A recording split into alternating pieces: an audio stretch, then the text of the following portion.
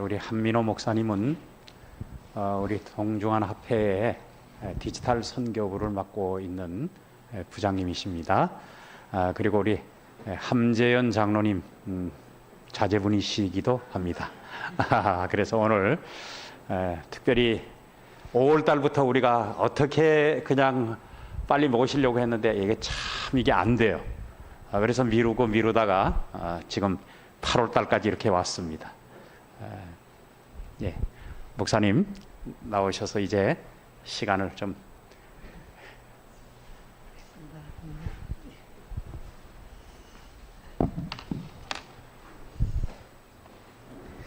여러분 안녕하십니까? 네, 행복하고 귀한 안식일 우리 기획교회에 오게 해주신 하나님의 은혜 정말 감사드립니다. 사실 기획교회는 제가 처음이거든요. 네, 이 본당에 들어온 건 처음입니다. 예배를 같이 드리는 것도 처음인데 부모님이 계셔서 그런지 꼭 고향교회에 온 것 같은 그런 느낌도 좀 들고, 그 다음에 마음에 사실 부담감이 있습니다. 왜냐하면 제가 어렸을 때부터 이 원주에서 자라면서 항상 규례교회는 이 신앙의 모본이 되는 그런 교회라는 생각과 이런 우러러보게 되는 그런 마음이 항상 있었거든요. 제가 오늘 전충거 목사님 가까이서 뵌 건 장로님 가까이서 뵌 건 처음인데, 항상 규례교회 하면 우리 정말 헌신적으로 봉사하시는 우리 장로님이 항상 이름이 제 마음속에 이렇게 새겨져 있고, 또 함께 협력해서 봉사하시는 여러 장로님들 덕분에 정말 아름다운 교회라는 생각들이 많이 있습니다. 제가 학교 다닐 때, 지금은 저기 인볼동에 성도님들이 계신가요? 지금도 계신가요? 그러시군요.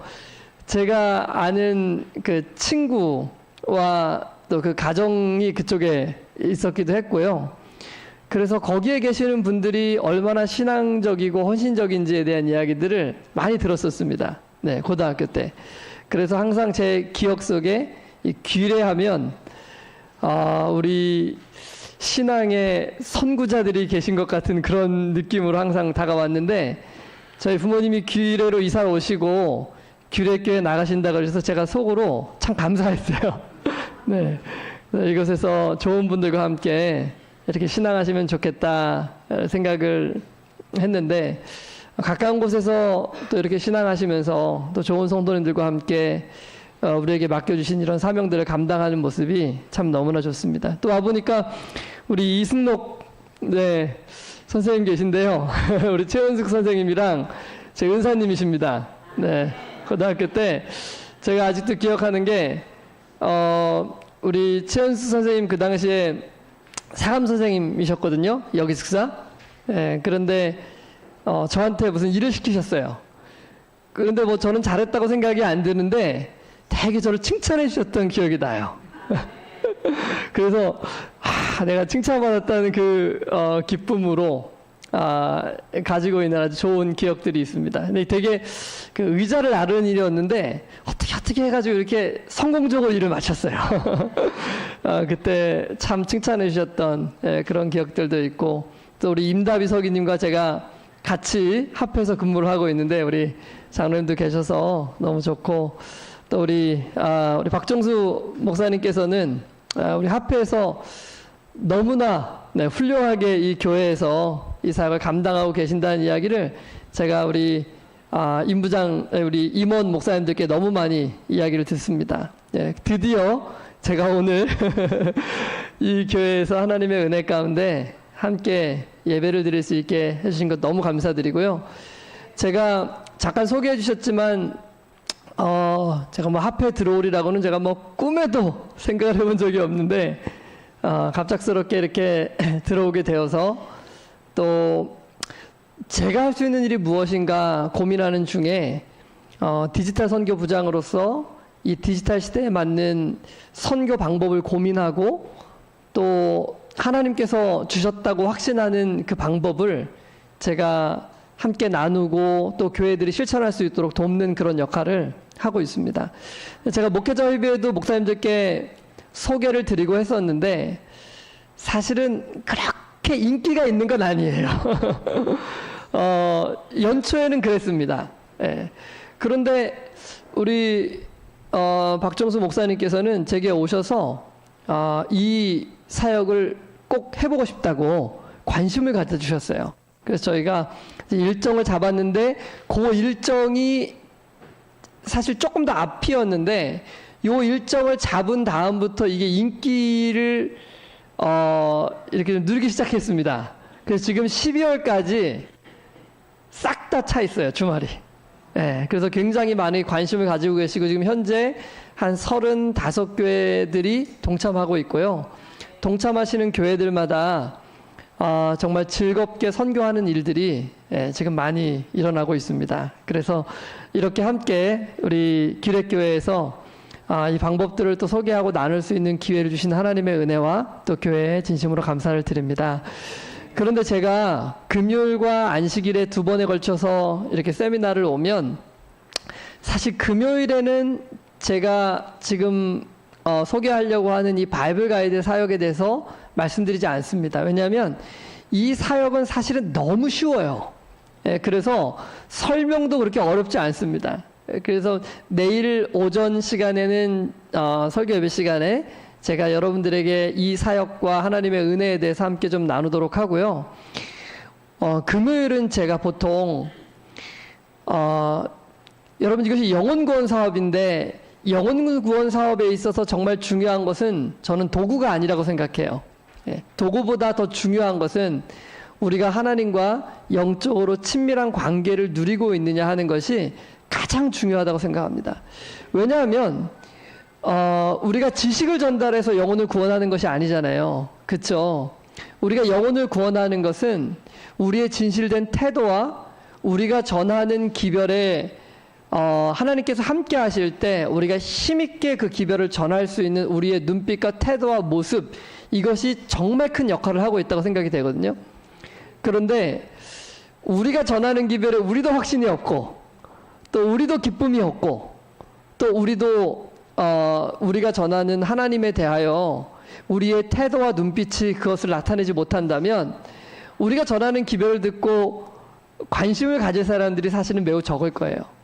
그래서 오늘 이 시간에는 어떻게 하면 우리가 영적으로 영혼들을 구원하기 위해서 깨어서 하나님과 참된 관계를 누릴 수 있는지 그 중요한 부분에 대해서 함께 나누고요. 그리고 내일은 제가 바이블 가이드 사역에 대해서 여러분들께 소개를 드리도록 하겠습니다. 우리 다 같이 하나님의 말씀을 좀 함께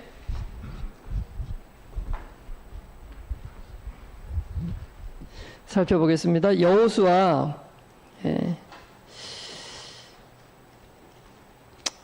6장 27절에 있는 말씀 우리 다 같이 한번 좀 읽어보도록 하겠습니다. 여호수아 6장 27절의 말씀입니다. 네. 역시 규례교회는 성경을 피시는 분들이 굉장히 많으시네요.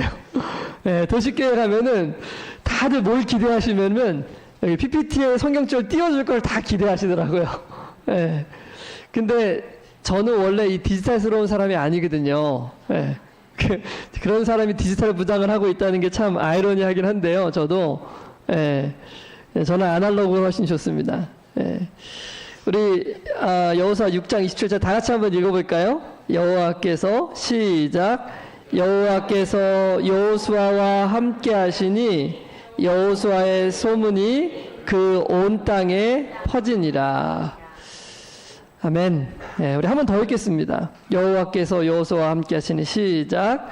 여호와께서 여호수아와 함께 하시니 여호수아의 소문이 그 온 땅에 퍼지니라. 잠시 기도하겠습니다. 은혜로우신 하늘에 계신 하나님 아버지, 이 시간 이 거룩한 안식일 우리가 다시 한번 주님의 말씀을 펴고 주의 성령께서 우리 각자에게 말씀하여 주시기를 요청드립니다. 하나님 이 시간 이곳에 친히 하감하여 주시고 우리가 어떻게 하면 주님과 깊은 관계 속으로 들어갈 수 있는지 그 명확한 방법을 우리에게 깨닫게 하시며 우리가 예수 그리스도를 만나는 귀한 시간 될 수 있도록 인도하여 주시기를 예수님의 이름으로 기도합니다. 아멘. 네, 여러분, 저희가 읽은 말씀에 보면 여호와께서 누구와 함께 하신다 그랬죠? 네. 그랬더니 어떤 결과가 일어나요? 소문이 온 땅에 퍼지니라. 여러분, 좀 유명해지고 싶으십니까? 네. 어떻게 하면 우리가 하나님의 일을 힘있게 할 수 있는가? 어떻게 하면 우리가 교회로서의 역할을 충실히 감당할 수 있을까? 방법은 뭐라고 되어 있습니까? 여호와께서 함께 하신. 네. 여러분, 오늘날 선교가 정말 힘든 시대예요. 마지막 시대입니다. 이럴 때 무엇이 과연 중요할까? 중요한 것은 하나님께서 우리와 함께 하실 수 있는 방법이 무엇인지를 깨닫는 것이 정말 중요하다고 생각돼요. 왜냐하면 하나님이 함께 하시면 사람의 능력은 중요하지 않습니다. 여러분, 그 사실에 동의하십니까? 네. 우리가 어떤 사람이냐는 별로 중요하지 않아요. 왜냐하면 하나님께서 어떤 분이시냐가 중요한 거예요. 특별히 하나님의 일을 하는 데 있어서는 반드시 그렇습니다. 저는 이것을 확신해요.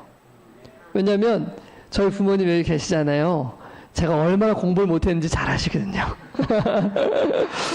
제가 학교 다닐 때 진짜 모범생이었습니다. 네, 공부하는 것만 빼면 모범생이었어요. 네. 여러분, 저는 이것이 너무 감사해요. 왜냐하면 하나님은 우리가 어떤 사람이냐를 중요하게 보지 않으세요. 그러니까 우리가 얼마나 훌륭한 사람이냐, 얼마나 위대한 사람이냐, 세상적으로 보기에 우리가 어떤 일을 할 수 있도록 준비되었느냐, 여러분, 이것은요 하나님에게 있어서는 별로 중요하지가 않아요. 왜 중요하지 않죠? 아니, 그분은 능력이 있으시잖아요. 그분은 어떤 능력이 있으십니까? 천지를 어떻게 창조하셨어요? 아, 그러면 뭐 모든 것 다 게임이 끝난 것 아닙니까? 천지를 말씀으로 창조하시는 하나님께서 우리와 같은 연약한 사람을 취하셔서 그분의 일을 못 하시겠습니까? 우리의 능력이 부족하다고 그분이 일을 못 하시겠습니까? 아니죠. 예. 흙을 빚어서 하나님의 형상을 닮은 완벽한 인간으로 창조하시는 하나님께서, 여러분, 우리가 아무리 부족하고 아무리 연약하고 우리가 아무리 무식하고 아무리 할 줄 아는 것이 없다 하더라도 여러분, 하나님께서 우리를 통해서 얼마든지 일하실 수 있지 않겠습니까? 여러분, 여호수아가 유명해진 것이, 여호수아의 소문이, 이스라엘 백성들의 소문이 온 땅에 퍼진 것이 여호수아가 훌륭했기 때문이었을까요? 아니죠. 하나님께서 여호수아와 함께 하실 수 있는 방법을 그는 알고 있었던 거예요. 여러분, 우리가 그 하나님이 여전히 살아계시고 과거나 오늘이나 내일이나 영원토록 동일하신 하나님이라면 우리가 그들이 사용했던 그 방법, 구약성경에 수없이, 신약성경에 수없이 기록되어 있었던 하나님의 사람들이 사용했던 그 방법을 우리가 깨달을 수만 있다면, 여러분, 오늘도 우리가 하나님을 위해서 놀라운 일들을, 그분의 능력을 힘입어 행할 수 있는 사람들이 분명히 될 수 있지 않겠습니까? 저는 그래서 너무 감사한 거예요. 왜냐하면 뭐 저는 정말 별볼이 없는 사람이지만은, 그러나 하나님의 능력이 있으시니 언제부턴가 그 능력을 의지하고 싶은 마음이 너무 많이 드는 거예요. 그 능력을 떠나서는 우리가 아무리 훌륭하고 아무리 위대하고 아무리 존경받고 있는 사람이라 할지라도 그것은 여러분 아무것도 아닌 거잖아요. 그렇지 않습니까? 그러나 우리가 아무리 못 배우고 아무리 연약하고 아무리 부족하고 아무리 먼지 같은 그런 존재라 할지라도 우리가 그 하나님을 의지할 수만 있다면, 여러분, 그 어떤 사람도 위대한 사람이 될 수 있다는 사실을 여러분 믿으십니까? 특별히 여기 청년들이 있네요. 우리 젊은 학생들을 여러분 잘 기억하세요. 정말 기억하세요. 제가 시간이 더 있으면 우리 학생들에게 들려줄 이야기도 많은데, 제가 원주 36을 나왔거든요, 여기. 근데 제가 고등학교 때 제일 중요하게 여겼던 게 뭐였냐면 하나님과 보내는 시간이었어요. 저는 제가 공부를 열심히 해서 좋은 결과가 있을 거라는 생각이 잘 안 들더라고요. 그래서 제가 고등학교 때 뭘 했냐면 기도와 말씀 보는 일을 시작했어요. 그래서 고등학교 2학년 때 제가 선지자학교를 갔다가 거기서 이제 우리 신기현 목사님이 강사하셨거든요. 그리고 김신선 목사님이 강사하셨는데 새벽마다 말씀 보는 것의 중요성에 대해서 가르쳐 주셨어요. 그래서 제가 원산역 돌아와가지고 제가 그때부터 새벽에 일어나기 시작했어요. 뭐 그 전까지는 뭐 저희 부모님이 저한테 뭐 새벽 기도해라 이런 얘기 뭐 한 번도 하신 적이 없어요. 근데 제가 그때부터 새벽을 깨우기 시작했어요. 제가 좀 창피한 얘기일 수도 있는데 고3 때도 저는 10시 반이면 무조건 잤습니다. 왜냐면 저에게 중요한 것은 공부 한 글자 더 하는 게 아니고 새벽 시간을 하나님과 보내는 거예요. 예. 왜냐면 그 밤 10시, 11시까지 한 글자 더 봐도 성적이 올라갈 거라는 생각이 안 드는 거예요. 그래서 제가 그때 그 강당에 보면은 원주36 강당에 보면 2층에 이렇게 발코니가 있잖아요. 발코니 끝에 여러분 방 있는 거 아세요? 양쪽 방? 원주36 다녀요? 네. 제가 고등학교 2학년 때부터 그 발코니 방에 가서 기도를 하기 시작했어요. 네. 항상 점심 먹고 저녁 먹으면은 항상 그 발코니 안에 들어가면 거기에 뭐가 있냐면은 그 장의자 방석들이잖아요. 다 거기다 갖다 놓은 창고였어요. 근데 그 방에 들어가서 제가 항상 하나님께 기도를 드렸어요. 예. 거기서 제가 제 삶을 하나님께 드렸어요. 예. 그런데 얼마 지나고 나니까 거기를 학교에서 기도실로 바꿔주시더라고요. 그래서 지금 보면은 그 밖에 불이 달려있어요. 그때 달아주신 거예요. 그래서 안에서 누가 기도하면 불이 켜질 수 있도록. 근데 얼마 전에 가보니까 다시 기도실의 흔적이 좀 없어졌더라고요. 예. 그런데 우리 젊은 친구들은 정말 하나님을 의지하게 되기를 바랍니다. 예. 그러면 하나님께서 정말 우리의 삶을 너무나도 놀랍고 아름답게 만들어 주실 수 있다는 사실을 저는 믿습니다. 예. 저의 부족한 삶도 인도하시는 그 하나님께서 우리가 하나님을 그렇게 신뢰하고 믿고 따라가면 하나님은 너무나도 바라시잖아요. 우리가 그렇죠. 그렇게 하나님과 함께 하기를. 예. 얼마나 아름다운 일들이 우리의 삶 가운데 일어나겠습니까? 예. 저는 그 이후에 정말 놀라운 일들을 정말 많이 경험했어요. 그리고 오늘 이 자리까지 인도하신 그 하나님을 너무나 찬양하고 싶고 앞으로 저의 삶을 통해서 역사하실 그 하나님의 은혜도 또한 기대할 수 있게 되는 것입니다. 여러분, 이 여호수아 6장은요 정말 중요한 원리를 담고 있어요. 이 여호수아 6장은 여리고성을 함락하는 장면이거든요. 근데 여러분, 이 여리고성은요 이스라엘 백성들이 가나안 땅에 들어간 다음에 점령했던 첫 번째 성입니다. 하나님께서는 이 여리고성을 점령하는 이 사건 가운데 이스라엘 백성들이 앞으로 이 가나안 땅을 쟁취하고 어떻게 하면 차지할 수 있는지에 대한 중요한 원리를 이 안에 넣어두셨어요.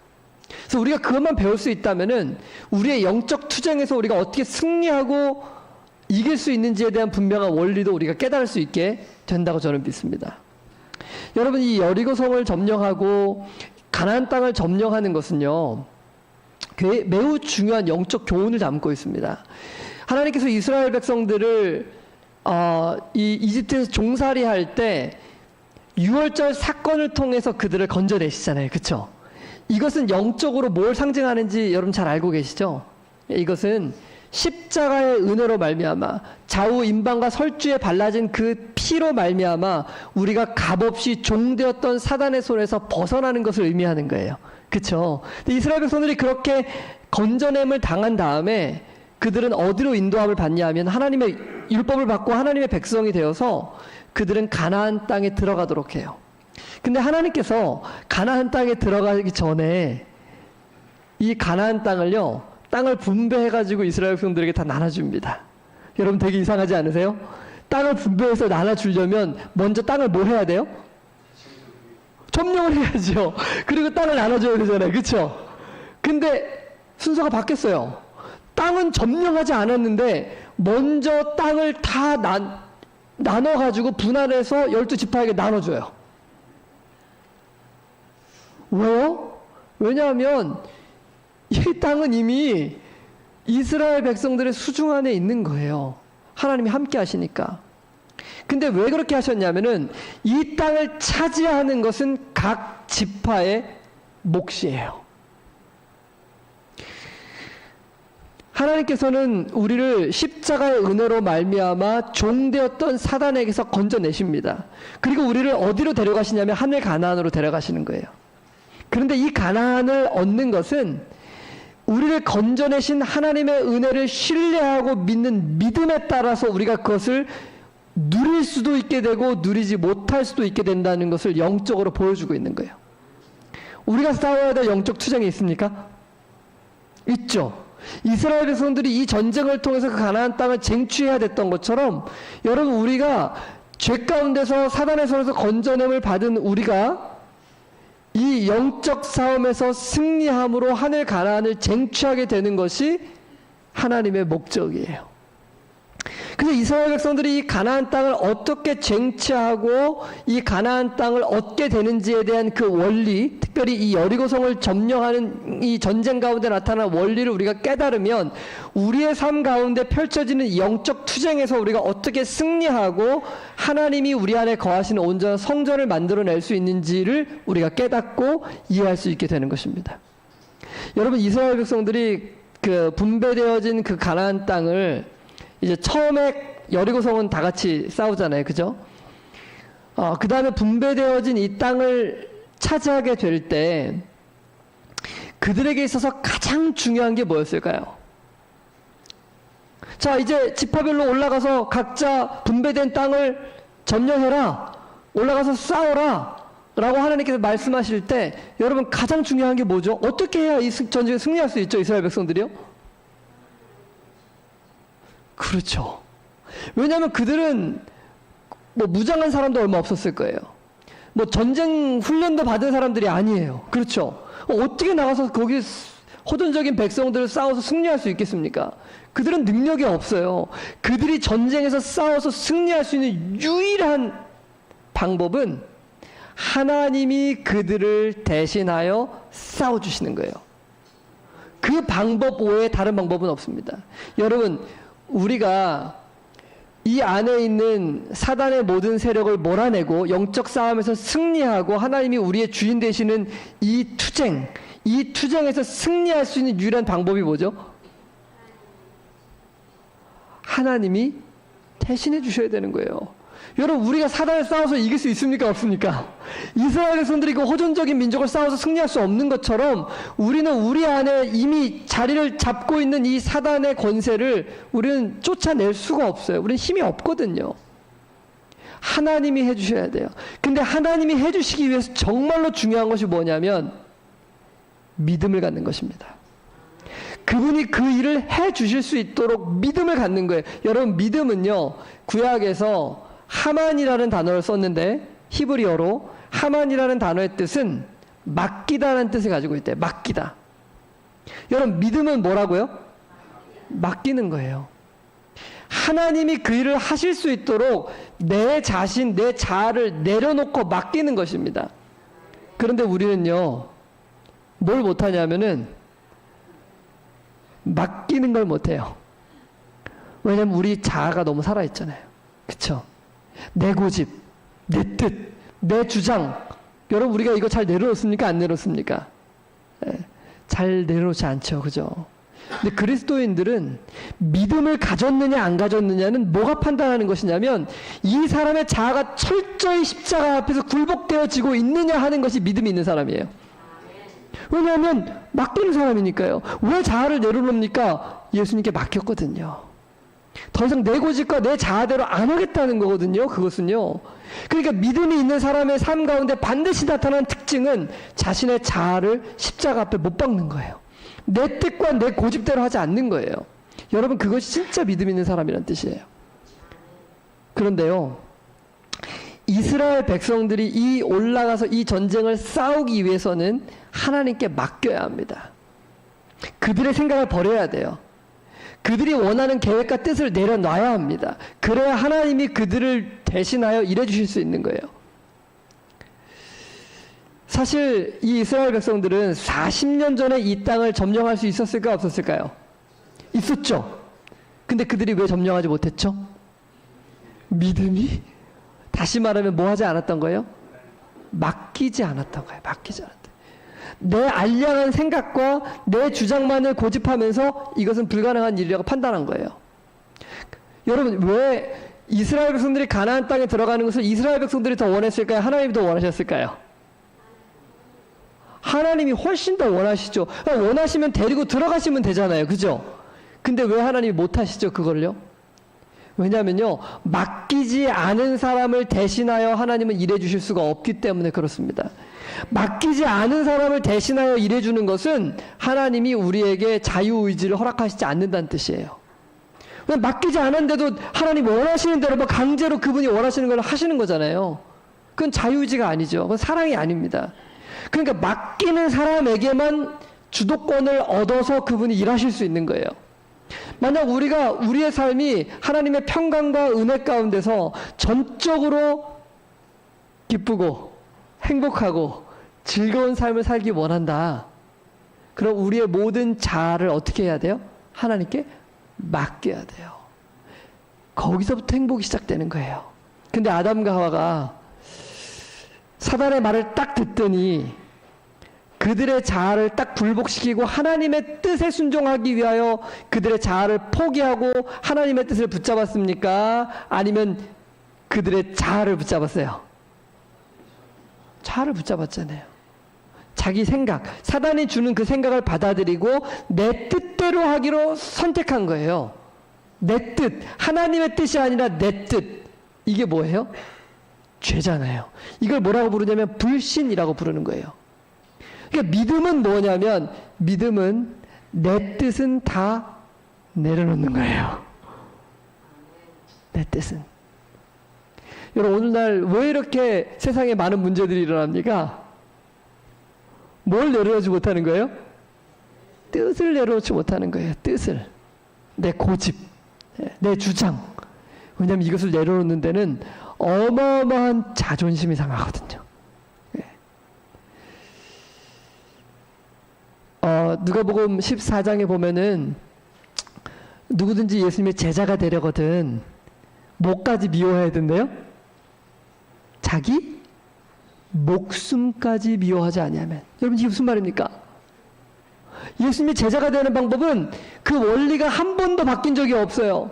하나님의 참된 제자, 영원한 생명을 소유한 그리스도인으로 살아가기 원한다면은 우리는 반드시 우리의 자아를 예수님의 십자가 앞에 굴복시켜야 돼요. 근데 이스라엘 백성들은 그것을 원치 않았던 거예요. 그들에게는 그렇게 할 만한 믿음이 아직 준비되어 있지 않았던 것입니다.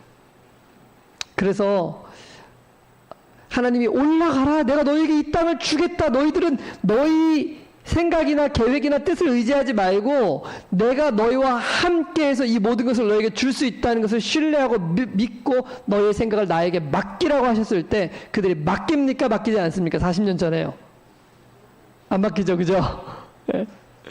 그래서 하나님께서 너희들이 안 맡기니까 내가 너희들을 위해서 해줄 수 있는 일이 있어요, 없어요? 그러니까 내가 너희들을 위해서 도와줄 수 없는데 너희들이 올라가면 어떻게 되는 거예요? 지는 거죠. 하나님이 뭐라고 말씀하세요? 내가 너희를 도와줄 수 없어. 근데 너희들이 믿음을 갖는 데까지 걸리는 시간이 얼마 정도 걸릴 것 같아? 40년. 그렇게 말을 하니까 이스라엘 백성들이 아이고 하나님 잘못했습니다. 우리 올라갈게요 하면서 막 또 올라가겠다고 때를 쓰잖아요. 하나님 뭐라 그러세요? 아니야. 너희들에게는 믿음이 없어. 지금 그렇게 올라가면 반드시 패해. 근데 이스라엘 백성들이 어떻게 해요? 올라가죠 또 굳이. 하나님은 믿는 거예요? 믿지 않는 거예요? 올라가라 그럴 때는 올라갑니까? 안 올라갑니까? 올라가지 말라 그러니까 어떻게 해요? 그래서 어떻게 됐어요? 대패하고 도망가잖아요. 그죠? 네. 꼭 누구의 모습을 보는 것 같지 않습니까? 여러분 그 시간이 40년이 흘렀어요. 네.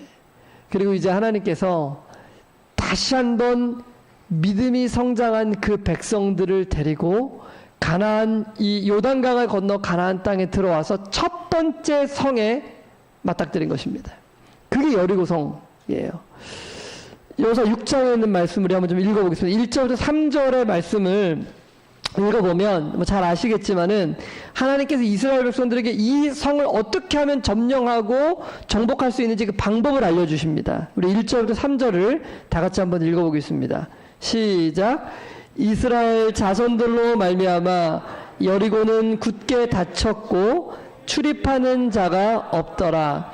여호와께서 여호수아에게 이르시되 보라 내가 여리고와 그 왕과 용사들을 내 손에 넘겨주었으니 너희 모든 군사는 그 성을 둘러 성 주위를 매일 한 번씩 돌되 엿새 동안을 그리하라.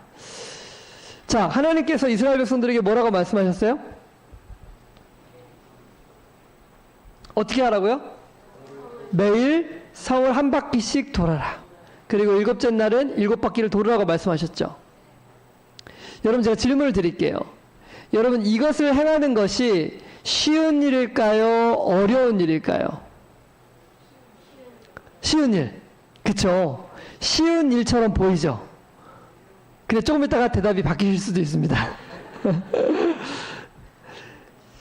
여러분 이 고대의 전쟁에서 적군이 성 가까이 이렇게 다가와요. 예. 왜냐면 성을 돌려면 어디 가까이 와야 돼요?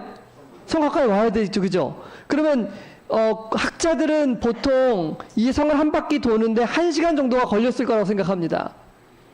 그러면 1시간 동안 이스라엘 백성은 성 가까이 와서 성을 돌고 있는데 적군들이 지금 가까이 오면 성 위에 있는 군사들이 웰컴 이렇게 할까요?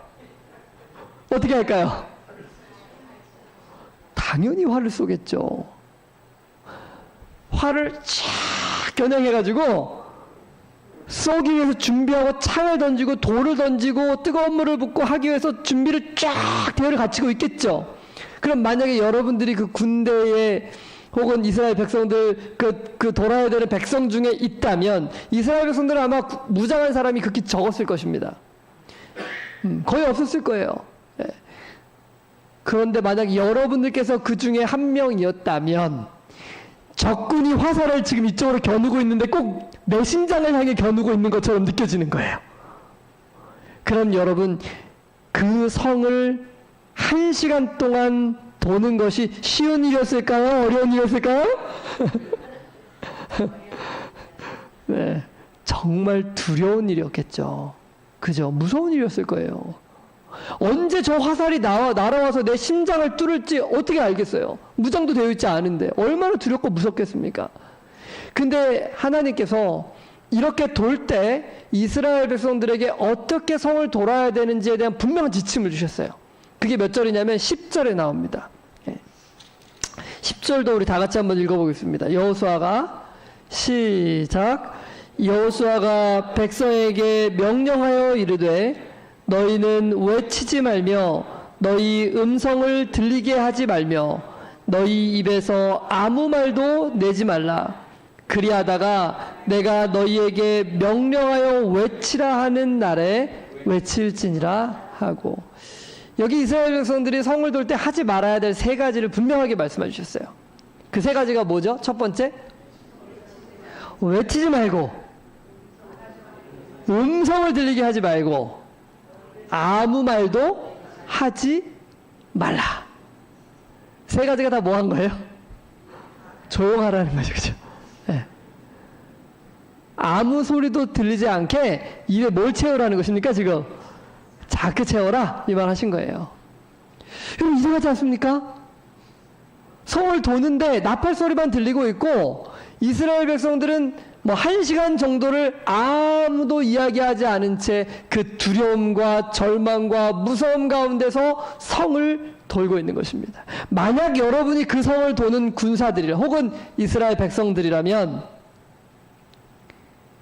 우리가 할 수 있는 일이 뭐가 있을까요? 그 성을 돌면서 우리가 할 수 있는 일이 뭐가 있을까요? 그렇죠. 기도할 수 있는 것밖에는 없어요. 뭘 할 수 있습니까? 그 시간에. 또 침묵해야 되는데요. 저는요, 제가 이 말씀을 보면서 하나님께서 의도하신 거구나라는 생각이 들었어요. 이스라엘 백성들로 하여금 뭘 할 수 있도록 의도하신 거예요? 기도할 수 있도록. 이 전쟁을 승리로 이끌기 위한 가장 중요하고도 너무나도 중요한 하나님의 교훈과 가르침이 가나안 땅에 들어가서 싸웠던 그 첫 번째 전쟁에서 그들에게 하나님께서 가르쳐주고 싶으셨던 것입니다. 뭐의 중요성을요? 기도의 중요성을. 여러분, 저는요 정말 제7회 안식일 예수재림교인이 된 것이 얼마나 감사하고 고마운지 모릅니다. 예, 정말 젊은 나이에 저희 아버지가 횡성에서 이 신앙을 받아들이신 것이 저는 너무너무 감사해요. 예, 그리고 제가 우리 할머니도 계신데 그 어렸을 때 초등학교 다닐 때는 제 할머니가 저를 키워주셨어요. 부모님은 이제 서울 사시면서 주말에만 이렇게 내려오시고, 제가 어렸을 때 항상 새벽에 저희 할머니의 기도 소리를 깼습니다. 예. 근데 기도에 뭐 한 3분의 1은 제 이름이에요. 우리 민호. 우리 민호 건강하게 해주시고, 우리 민호 학교가 잘 다니시고, 계속 우리 민호 이야기만 들으면서 제가 항상 잠을 깼던 그런 기억이 있어요. 여러분, 저는요, 이 재림교인이 된 것이 얼마나 감사한지 모릅니다. 여러분도 그러시죠, 그죠? 정말 특별한 백성들이에요. 특별히 마지막 시대에 제7일 안식일 예수 재림교회만큼 하나님의 사랑을 받고 있는 교회, 그리고 마지막 사명을 위해서 준비되어 있는 교회는 여러분 없습니다. 눈을 씻고 봐도 없어요. 여러분, 이 마지막 시대의 비밀을 알고 있는 교회가 어느 교회입니까? 우리 교회잖아요. 제가 오늘도 어떤 분과 점심을 먹으면서 정말 우리가 이야기를 나누면서 너무너무 안타까웠어요. 여러분, 우리가 이단이라고 생각하는 신천지들과 그리고 뭐 안상홍 증인의 여러분, 이런 데는요 교회가 성장하고 있습니다. 젊은이들이 많아요. 여러분, 그들이 왜 성장하고 있는 줄 아십니까? 뭐 제가 뭐 학자가 아니기 때문에 자세히 연구하진 않았지만은 제 생각엔 이유가 딱 하나예요. 얼마 전에도 저희 아버지한테 그 신천지가 계속 와가지고 그들이 뭐 하자고 요청하죠? 성경 공부하자 그래요. 성경 공부. 여러분, 왜 그들의 선교 전략은 하나예요? 뭐 하는 거죠? 성경 공부하는 거예요. 하나님의 교회도 마찬가지예요. 그분들 집집 방문하면서 뭐 하자 그래요? 성경 공부하자 그래요. 여러분, 우리는 그들이 진리를 갖고 있지 않다고 생각해요. 그렇죠? 근데 왜 그들의 교회는 잘하고 있죠? 왜냐하면 그들은 성경을 가지고 그들이 진리라고 생각하는 것들을 설명해줘요. 그 설명을 들은 사람들이 그것이 진리라고 생각되면 반응하고 넘어가는 거예요. 여러분, 우리는요 그들보다 100배, 1000배 탁월한 성경의 진리를 가지고 있습니다. 신천지는요, 제가 보기에는 성경 과목이 딱 하나예요. 뭐죠? 요한계시록. 요한계시록을 성경을 풀어서 가르치는 거예요. 근데 다 틀린 건 아닐 거예요. 그런데 성경에서 성경을 풀어서 잘못된 방식으로 가르쳐도 사람들이 거기에 이렇게 반응하는 거예요. 여러분, 만약에 우리가요, 과거에 했던 것처럼 다니엘서와 요한계시록을 그렇게 풀어서 젊은이들과 성경에 관심 있는 사람을 찾아서 그렇게 설명해 줬다면 지금 훨씬 더 많은 사람들이 교환했을 것입니다. 너무 마음이 아파요. 근데요, 오늘날 일단 목회자들은 그 일을 하는 분들이니까 제외하고, 몇몇 장로님들 제외하고, 여러분, 다니엘서와 요한계시록을 구도자를 앉혀놓고 그 사람이 납득할 수 있을 만큼 잘 풀어서 설명해 줄 수 있는 사람이 여러분 많은 것 같습니까? 적은 것 같습니까? 여러분, 우리가 그것을 풀어주도록 우리가 부름을 받은 사람들이잖아요. 맞습니까? 그런데 그렇게 풀어줄 수 있는 사람이 이제는 거의 숫자가 너무나 적어요. 너무 마음이 아픈 거예요. 네, 제가 이 말씀 드리려고 하고는 아니었는데, 여러분, 우리가 깨어야 합니다. 네, 이대로 가면 안 돼요. 왜냐하면 이것은 목회자들에게만 주어진 사명이 아니에요.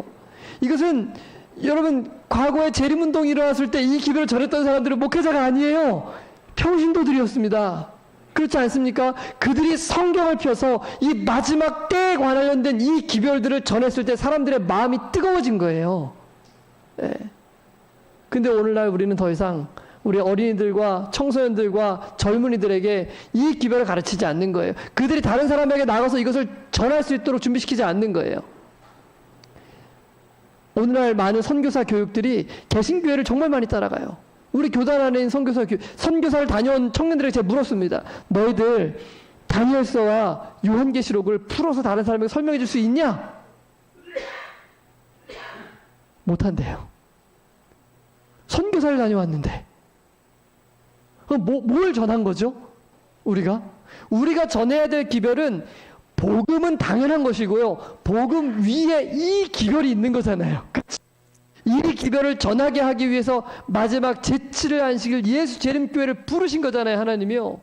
우리 교육기관은 그것을 가르쳐서 나가서 전하도록 해야 되는 것이 우리 교육기관의 본질 아닙니까, 여러분?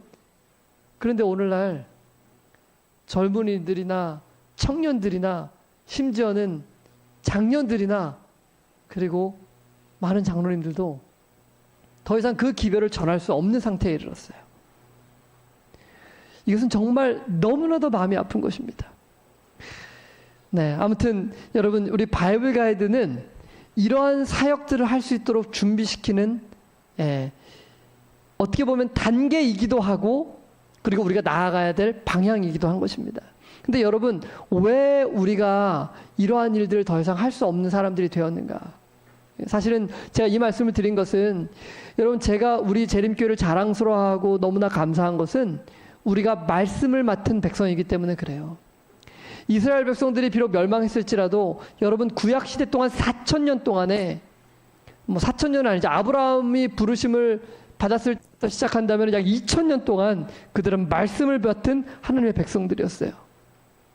그들이 말씀대로 살지 않았던 것이 문제였지만, 구약시대에 예수님의 초림을 증거하고 나타내야 될 백성들은 누구였습니까? 유대인들이었어요. 그들은 말씀을 가지고 있었습니다.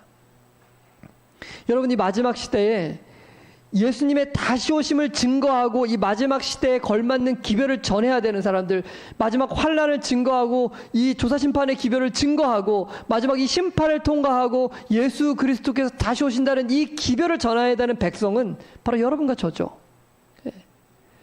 말씀가라면 정말 둘째가라면 말씀에 대해서는 서러운 백성이에요.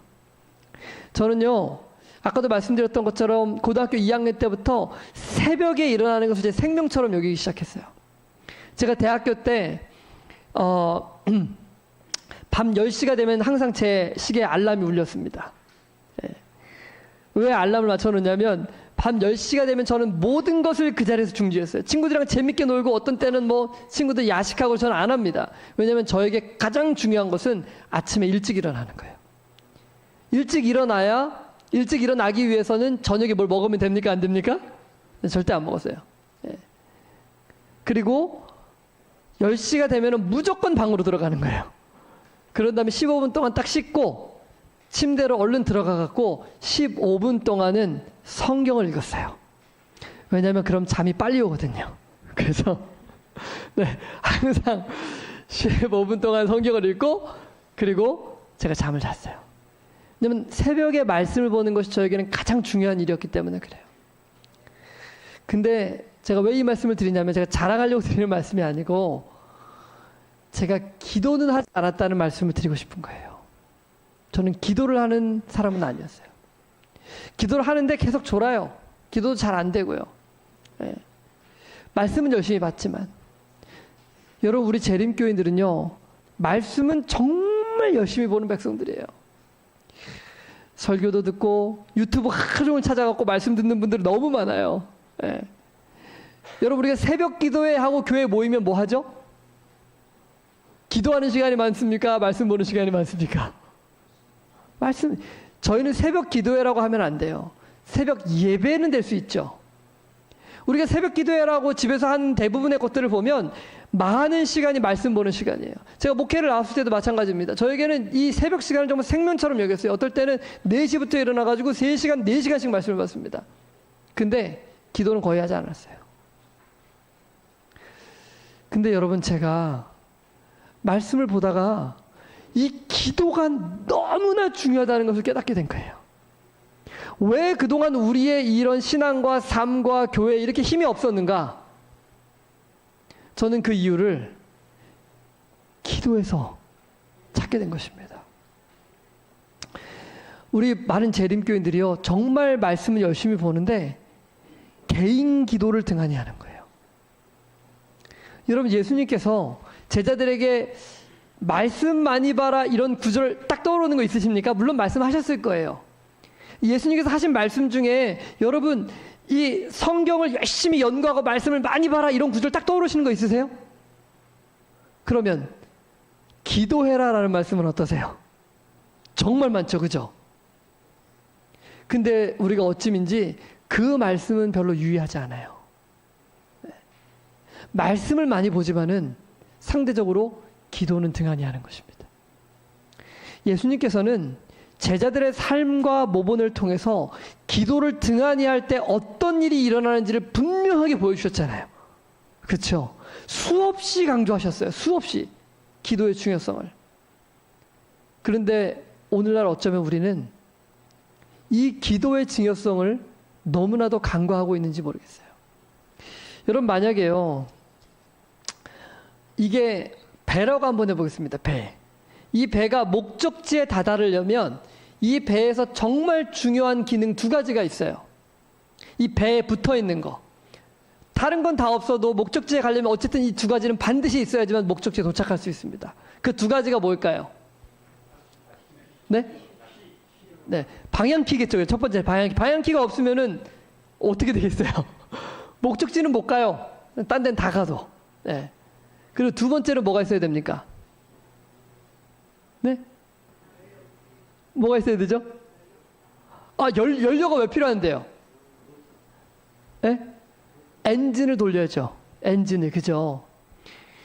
엔진이 돌아가고 방향키가 있어야 목적지에 가는 거예요. 동의하십니까? 2개 중에 만약 하나가 없다면, 방향키가 없어요. 엔진은 잘 도는데 방향키가 없어요. 어떻게 되겠어요? 아무데나 가는 거예요. 아무데나. 네. 근데 엔진이 없고 방향키만 있으면 어떻게 돼요? 맨날 제자리예요. 여러분 우리가 하늘나라에 가는 것을 어떻게 비유하냐면 때때로 소원의 항구에 다다른다고 우리가 비유하죠. 그죠? 우리의 인생을 이 배가 항해하는 것으로 우리 신앙을 배가 항해하는 것으로 비유하는 거예요. 여러분 우리가 만약에 우리가 지금 영적으로 소원의 항구인 하늘에 도달하기 위해서 지금 우리가 여행을 하고 있어요. 우리가 배라고 한번 해보겠습니다. 그럼 우리의 배가, 이 영적 배가 소원의 항구에 도달하기 위해서 반드시 중요한 이 키와 엔진, 이 2가지는 각각 말씀과 기도에 해당하겠죠. 그죠? 네. 그럼 각각 뭐에 해당하는지 한번 보겠습니다. 먼저, 이 말씀은 뭐에 해당할까요? 왜 방향키라고 생각하십니까? 그렇죠. 말씀은 우리에게 갈 길을 밝게 보여주는 거예요. 어느 길로 가야 되는지를 분명하게 보여주는 것이 뭐예요? 말씀이에요. 그런데요, 여러분, 말씀을 많이 알고 말씀을 정말 앞뒤로 꿰고 정말 많이 연구를 하면 배가 앞으로 나갈까요? 어떻게 생각하세요? 말씀을 많이 알면 이 목적지를 향해서 배가 갈 것 같습니까? 안 갈 것 같습니까? 저는요, 오랫동안 그렇게 착각했어요. 제가 말씀을 연구했던 이유는 그렇게 말씀을 알아야 제가 원하는 신앙의 방향으로 나아갈 거라고 생각했던 거예요. 근데 제가 막 새벽부터 일어나가지고 막 3시간씩 말씀을 보고 4시간씩 말씀 보고 막 감동받아가지고 집에 내려가면 야! 아이들 소리 지르고 짜증내고 예수님과 전혀 같지 않는 품성이 제 마음속에 나오는 거예요. 이해를 할 수가 없는 거예요. 제가 내가 도대체 왜 이러지? 내 신앙이 안 바뀌는 거예요. 말씀을 이렇게 보는데 왜 신앙이 바뀌지 않나? 여러분, 이것이 저의 오랫동안의 고민이었습니다. 여러분, 신앙이 왜 안 바뀔까요? 왜 신앙이 전진하지 않을까요? 말씀을 이렇게 많이 보는데요. 왜냐하면 그것이 말씀의 기능이 아니기 때문에 그래요. 말씀의 기능은 내가 어느 방향으로 가야 되는지를 보여주고, 내가 그 방향으로 가고 있지 않다면 내가 가고 있는 방향이 틀렸다는 것을 알려주는 것이 말씀의 기능이에요. 그러면 내가 알고 있는 말씀대로 나아갈 수 있도록 만들어주는 역할을 하는 것은 무엇일까요? 기도죠, 기도. 그렇기 때문에 기도가 없으면 신앙이 내가 알고 있는 대로 일보도 전진해 나가지 못하는 것입니다. 이것 때문에 예수님께서 그토록 우리에게 기도하라고 말씀하셨던 거예요. 왜냐하면 베드로가 뭐라 그래요? 내가 주를 위해 죽을지언정 주를 버리지 않겠나이다. 알아요. 베드로는 뭐 어떻게 살아야 되는지를 압니다. 그런데 그렇게 살았습니까? 못 살았습니까? 못 살죠. 왜요? 뭐 하지 않았기 때문에요? 기도하지 않으니까. 여러분, 오늘 우리의 신앙은 어떻습니까? 우리는 정말 기도하는 신앙을 하고 있습니까? 예수님의 호소와 당부를 우리는 너무나 등한히 하며 살지는 않았습니까? 저는 그래 왔어요. 제가 이 기도의 중요성을 깨달은 게 4년 전이에요. 4년 전. 제가 말씀을 보다가 우리가 너무 기도하지 않구나. 내가 너무 기도하지 않고 살고 있다는 사실을 제가 불현듯 깨달았어요. 가만히 생각을 해보니까 춘계 기도주일, 연말 기도주일, 우리가 기도주일, 특별히 더 기도하자고 하는 그 주에 우리가 더 기도합니까? 제가 4년간 비엔나에서 선교 생활을 마치고 한국에 돌아왔는데요. 돌아와서 제가 그 발령받은 교회에 첫 번째 직원회 때 안건이 춘계 기도주일 안건이에요. 봄 춘계 기도주일 안건.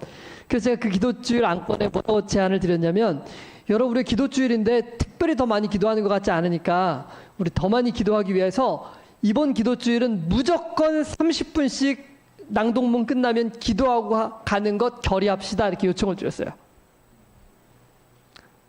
그랬더니 직원에 모인 성도님들의 표정이 어떠셨는지 알아요? 여러분, 목사님 30분이요? 이렇게. 여러분, 그것이 제가 비난하려고 말씀드리는 게 절대 아닙니다. 예. 이게 우리의 모습이에요. 30분 기도하는 것이 너무 힘들어진 백성이 된 거예요. 30분 기도하는 것이. 그래서 타협을 봐가지고 20분만 기도하는 것으로 줄였어요. 20분으로 결의를 하고, 이번 연말 기도주일에는 우리 낭독문 마치면 음악 틀어놓고 20분 기도하고 가겠습니다. 왜냐하면 제가 알아요. 그동안 목회해왔던 여러 교회들에서 기도하고 돌아가시겠습니다 하고 불 딱 꺼드리면 10분이면 절반 이상이 나가십니다. 15분이 지나면 한 명 남을까 말까예요. 네, 다 집에 가세요. 20분 기도하는데도 10분만 지나면 벌써 막 의자가 삐그덕거리면서 너무 힘들어 하시는 거예요. 앉아 계시는 것을. 여러분, 이것이 모르겠습니다. 기획교회는 안 그러시겠지만은 오늘날 우리 대다수의 교회들의 형편이 아닐까라는 생각이 들어요. 근데 여러분, 우리가 분명하게 이해해야 한다는 것은 기도하지 않으면 우리의 신앙이 일보도 앞으로 전진해 나가지 않을 것입니다. 네. 여러분, 초대교회의 성도들이 뭐 하고 있을 때 이른비 성령을 받았습니까? 그들이 기도할 때 이른비 성령을 주셨잖아요. 그렇죠? 그러면 우리가 어떤 환난을 겪게 될지, 무엇을 통과하게 될지 우린 잘 알지 못하지만 우리가 그토록 바라는 늦은비 성령은 뭐 하는 사람들에게 내릴까요? 기도하는 사람들에게 내릴 것이 분명한 거예요. 여러분, 우리가 하루에 1시간조차도 하나님께 기도하는 시간으로 내어드릴 수 없다면, 여러분, 우리가 과연 이 마지막 환난을 통과하고 늦은비 성령을 받고 하나님께서 이 교회에게 맡겨주신 이 사명을 감당할 수 있는 사람들이 될 수 있겠습니까?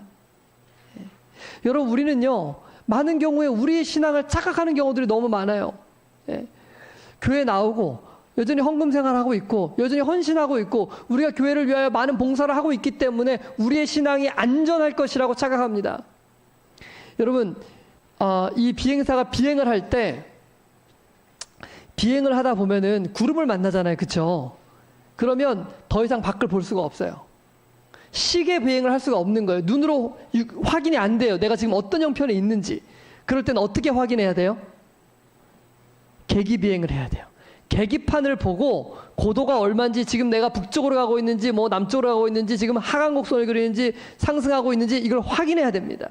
여러분, 우리의 신앙에서 이 계기 비행, 계기 신앙을 할 때 확인할 수 있는 가장 중요한 첫 번째 지표가 뭐냐면 내가 개인 기도 시간을 얼마나 확보하고 있느냐 하는 거예요. 이게 첫 번째 지표입니다. 만약 내가 하나님과 새벽에, 여러분, 말씀 보는 거 말씀드리는 거 아닙니다. 말씀 묵상 시간 말씀드리는 거 아니에요. 순수하게 기도하는 시간만 말씀드리는 거예요. 30분조차도 하나님과 개인 기도로서 충분한 시간을 보내지 않고 하루를 생활한 지가 오래되었다면 여러분, 지금 우리의 신앙은 벌써 빨간불이 켜지고도 남았을 시간이에요. 그렇게 생각해야 돼요. 네. 왜냐하면 예수님의 분명한 명령과 말씀에 따라서 기도하지 않는데 우리 신앙이 어떻게 안전할 수가 있겠습니까? 여러분, 사단은요, 우리 헌신 열심히 하고 봉사 열심히 하고 교회생활 열심히 하는 거 하나도 두려워하지 않습니다. 그렇게 하라 그래요. 근데 뭔 하지 않도록 만들까요? 기도는 안 하게 만들겠죠. 왜냐하면 사단은요, 기도하지 않는 백성은 하나도 두려워하지 않습니다. 그 사람이 얼마나 헌신적인지, 얼마나 봉사를 많이 하는지, 하나님의 영광을 위해서 무슨 일을 하는지 상관없어요. 왜냐하면 사단은 기도하지 않는 영혼들을 반드시 흑암 가운데 붙들어 잡아낼 수 있기 때문에 그런 것입니다. 사랑하는 기획교회 모든 성도 여러분, 제가 디지털 부장으로 디지털 선교 방식에 대한 세미나를 하러 왔는데 왜 이 목 놓아서 이 기도의 중요성을 여러분들께 이렇게 강조드리는 것일까요? 여러분, 도구는 중요하지 않습니다. 바이블 가이드 선교 방법이 뭐가 중요해요? 여러분, 하나님이 도구가 있어야만 선교하십니까? 우리 안에 아무 도구가 없어도 우리가 하나님과 참된 관계를 누리고 있다면 그분은 우리의 삶을 통해서 선교를 이루실 거예요. 얼마든지요. 아무것도 없는 것에서도 많은 것들을 창조해 내실 수 있는 분입니다. 우리가 하나님과 참된 깊은 관계 안으로 들어가기를 원한다면 여러분, 우리는요, 반드시 개인 기도하는 시간을 확보해야 합니다. 그렇게 될 때 우리의 신앙이 뜨거워지기 시작해요. 그래서 사람들은 우리의 눈빛과 우리의 표정과 우리의 음성과 우리의 모습 가운데서 저 사람이 전하고자 하는 그 하나님이 정말 여전히 살아계시는 하나님이고 우리를 십자가에서 구원해 주신 하나님이라는 사실을 분명히 깨닫고 이해하고 발견하게 되는 거예요. 그런데 우리가 성경에 많은 것을 알고 있다 할지라도 우리가 하나님과 기도로서 참된 관계를 맺고 있지 못하다면 우리가 말하는 것이 차갑고 냉랭하고 아무런 온기나 아무런 뜨거움이 없이 그 사람들에게 전해줄 수밖에는 없는 것입니다. 그렇다면 영혼 구원은 절대로 일어날 수가 없는 거예요. 제가 작년 한 해 동안에 이 바이블 가이드를 시범 사업으로 운영을 하면서 제가 깨달은 건 한 가지였어요. 그건 뭐였냐면 기도하시는 분들만 남더라고요. 예.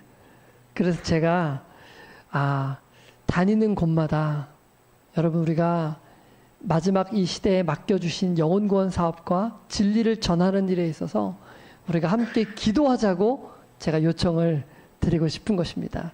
만약 이 규례교회가 그동안 기도를 열심히 해 오셨겠지만 그러나 다시 한번 우리가 이 기도의 부흥 가운데로 들어가게 된다면 하나님께서는 이 교회를 통해서 놀라운 일들을 행하실 것입니다. 그리고 철옹성과 같았던 저 무너지지 않을 것 같은 저 영혼들의 심령이 하나님의 능력으로 말미암아 무너지는 놀라운 역사들을 우리는 분명히 우리의 눈앞에서 보게 될 것입니다. 그러므로 우리 기도로서 하나님을 만나고 하나님께서 우리에게 맡겨주신 이 영혼들을 충실히 감당하는 우리 모두가 되기를 바라면서 오늘 말씀을 마치겠습니다. 예, 기도하고 마치겠습니다. 은혜로우신 하늘에 계신 하나님 아버지 참으로 감사합니다. 왜냐하면 주님은 사람을 외모로 보지 않으시고 우리의 중심을 보심을 인하여 너무나 감사합니다. 하나님 우리가 얼마나 연약하거나 부족한 사람이라 할지라도 우리의 심령과 마음을 제단 불에 동여매기 시작하고 그리고 기도로서 주님을 만나며 하늘의 능력이 우리에 임할 때까지 예수 그리스도를 바라본다면 주님께서 우리를 통하여 놀라운 일을 행하시고 그리고 우리에게 맡겨주신 이 사명을 감당하게 해줄 것을 주님 믿습니다. 하나님 이 규례교회를 축복하여 주시고 그동안 혹 우리의 삶 가운데 기도가 부족하였다면 이제는 참된 기도의 군사들로 우리를 훈련시키시고 이끌어 주시옵소서. 예수님의 이름으로 기도합니다. 아멘.